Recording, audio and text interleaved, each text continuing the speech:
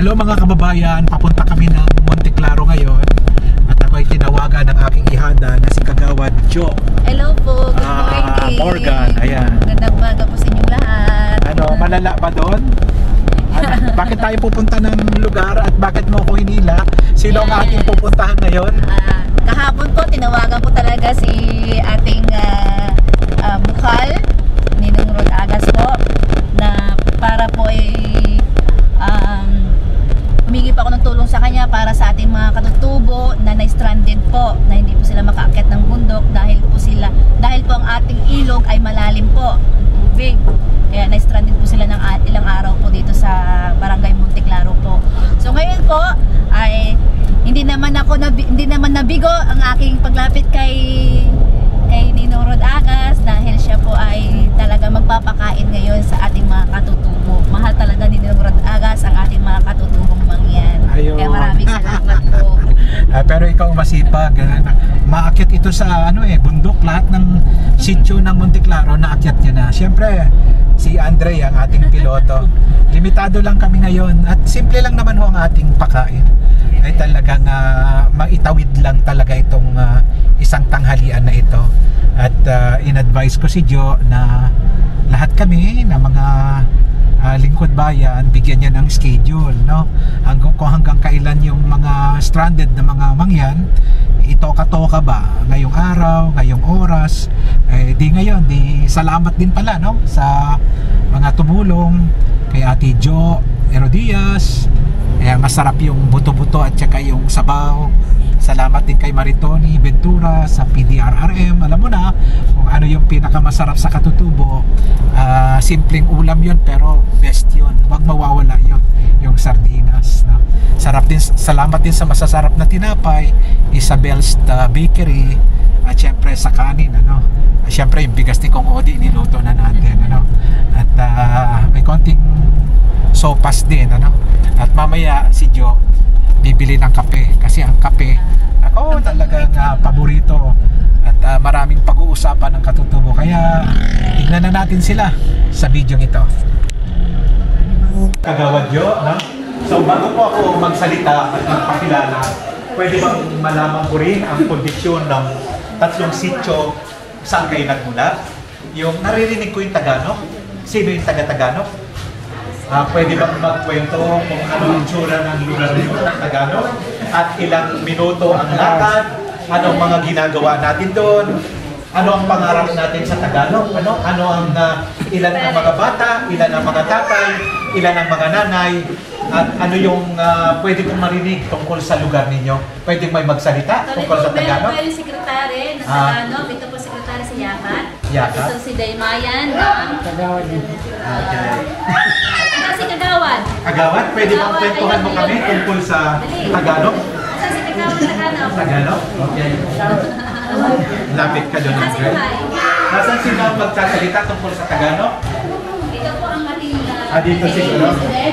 Sir, ano ang itsura ng Tagalog at kumusta ang buhay sa Tagalog? Ang Tagalog po ay medyo mataas pong lugar. Kaya ang madalas po nasatamaan ng Tagalog ay hangin, tulad ng nakaraan na malakas ang tag-init, El-Nino. Yan po ang madalas na sinatamaan doon sa Tagalog. Pero sa mga baha, sa mga baha, hindi po masyado kasi malayo sa ilog. Okay. May paaralan na kayo? Kami po ay sa kasalukuyan, mayroon na pong paaralan na sa dipid po. Ilan po ang nag-aaral? Ang nag-aaral ay kumulang 300. Wow! Bata. Wow! Elementary to high school? Elementary po. Galing! Ang paaralang Tagalog po ay sa 5 sityo po na nagpaaral doon sa Tagalog Elementary. 5 sityo. Tagalog, Mantay, Ilya, Sangay at Masay. Masay. Tapos mayroon pa pong dumagdag na sa Liding at sa Katapayan, bali 5, 6, 7 na po. Ano ang pangunahing produkto ng Tagalog? Ang produkto po ng Tagalog ay mga saging, mga bundo, niyog, Mga kawayan po kung Kawayan. araw upo. Ang kape, saan makikita? Ang kape po ay matatagpuan sa Mantay at Sangay. Sangay. Sa amin po kasi mainit ang lugar. Halos hindi po available ang kape sa amin. Sino ang taga-Mantay dito? Okay, ayun. Interviewin din natin. Kwentuhan nyo naman po kami tungkol sa Mantay. Balita ko, ang Mantay daw ang pinakamalayo sa lahat. Tama po ba? Magpakilala po muna. Ang pangalan nyo ay? Ang pangalan ko po ay si Tony Abad, nagmula ako sa Mantay.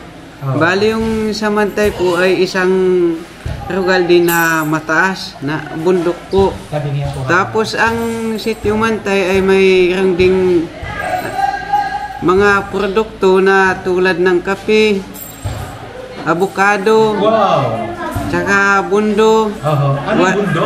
Yung Palawan po. Ano yung Palawan? Gabi. Gabi. Okay. Tsaka yung kaong, tapos walis tingting, walis tambo.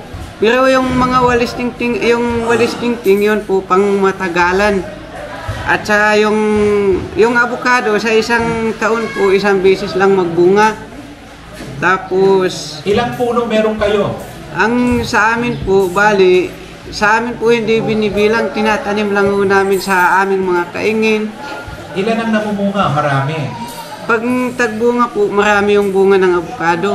Saan kayo nagbibenta? Nagbibinta ho kami dito sa barangay, si Kagawad, tapos nagalako kami dito sa mga bahay-bahay. Magkano ang kilo? Ang kilo ho, nag-aabot ng 30 pesos, 25 pesos, ganun po yung kadalasan na binibili sa amin. Minsan tinindahan ako ng taong. Tama ba? Yes, po. Saan nyo ba galing yun? Yes, po. Ang kaong po matatagpuan sa Taganok, Mantay, basta yung sa bundok ko, nagmula sa Taganok pataas, marami yung kaong. Yung kaong po na yun ay likas tumutubo sa gubat. Okay. Salamat, Ginong Abad. At kay Kagawad naman. Anong pangalan po natin? Kasi pakilala po, ayusin mo na ang kuha ng ganat. Okay. Ako nga pala si Ubos Balitang bilang, ako ang napili bilang chairman ng Itamasa, yung 5 sityo. Okay po. Bali ang namin doon sa ako ang humahawak doon sa 5 sityo. Yung ang tinatawag namin na Itamasa, yung Farmer Association. Yun ang, Sikat ang kape ng Mantay. Tama? Tama po, kasi ang Mantay. Saan po kayo nagbibenta ng kape ng Mantay? Dati po yung kape na hina-harvest namin dyan sa Mantay, Sangay, tapos Ilya, binibenta po namin yan sa Lipa. Lipa? Lipa po ang yan. Akala ko ang Batangas ang nag-supply sa atin. Tayo pala ang nagsusupply sa Lipa. Sa Lipa po namin dinadala yung kape. Gaano karami kayo magdala ng kape? Depende po sa ani kasi minsan mahina, minsan malakas. Pag malinis ang puno, madami ang bunga. Pag hindi nalinisan, kunti ang bunga. Tuwing kailan ang ani ng kape? Tuwing December, November, ganun lang dalawang buwan. Paano yung pagpitas, pinapatuyo? Pitasin muna tapos pinapatuyo. Pag tuyo na, yung kalog na, pwede nang dalahin sa Lipa. Yan, din rin yung namin. Yung pagpulbos noon, meron na kayo? Yung pampulbos wala po. May makinarya ba kayo? May makinarya kami nung dumating nung 2022. Hindi namin nagamit kasi maliit yung screen. Maliit nga. Magkano ang sa inyo? Sa amin po per salop ang halaga. Ang halaga 130 ang isang salop. Nakakailang salop na kayo na binibenta? Sa amin po pag dinadala na po sa Batangas, sa Lipa, hindi po yun si per salop per sako. Mga 20, 18 ganon kasi pang bultuhan na yan eh. Magkano din ang isang salop? Pagdating ko doon, kinigiling ko yan at bago kinikilo. Nasa 92 ang kilo doon. 92? Pagbigas na kumbaga sa palay. Parang ang yaman-yaman ng Mantay, no? Parang ang daming produkto, no? Pag yan, ano po yun, mahal yun. Kaya lang, ang problema lang namin nga doon pagdating sa layo. Layo. Hindi na lahat na-harvest lahat. Kasi mabigat nga po ang pagdala. Okay. Pag ang bili mo doon sa isang salop, 130. Ang bayad mo dun sa isang salop, 50 pesos din bago karating sa kalsada. Okay. Sa Oriental kasi bagsak sa Lisap. Sa Rojas? Sa Lisap po. Lisap. Sa Lisa. Bungabon. Salamat po at mamaya magtanungan ulit tayo. Okay. Salamat. Dahil baka magutom na tayo. Siyempre, nag-iwan tayo ng bigas kung sakaling itong bagyong Hener at Helen ay dumagdag pa, ay wala silang pangangambahan na sila ay meron pong sasaingin. Salamat sa pagkakataon na tayo naimbitahan para makibahagi. Salamat Kong Odi, PDRRM, salamat Isabel at sa Thirdis, kay Kagawad Joe, kay Andre, at sa mga nakasama natin sa napakagandang pagkakataong ito na paglingkuran ang ating mga katutubong mangyan. Bye!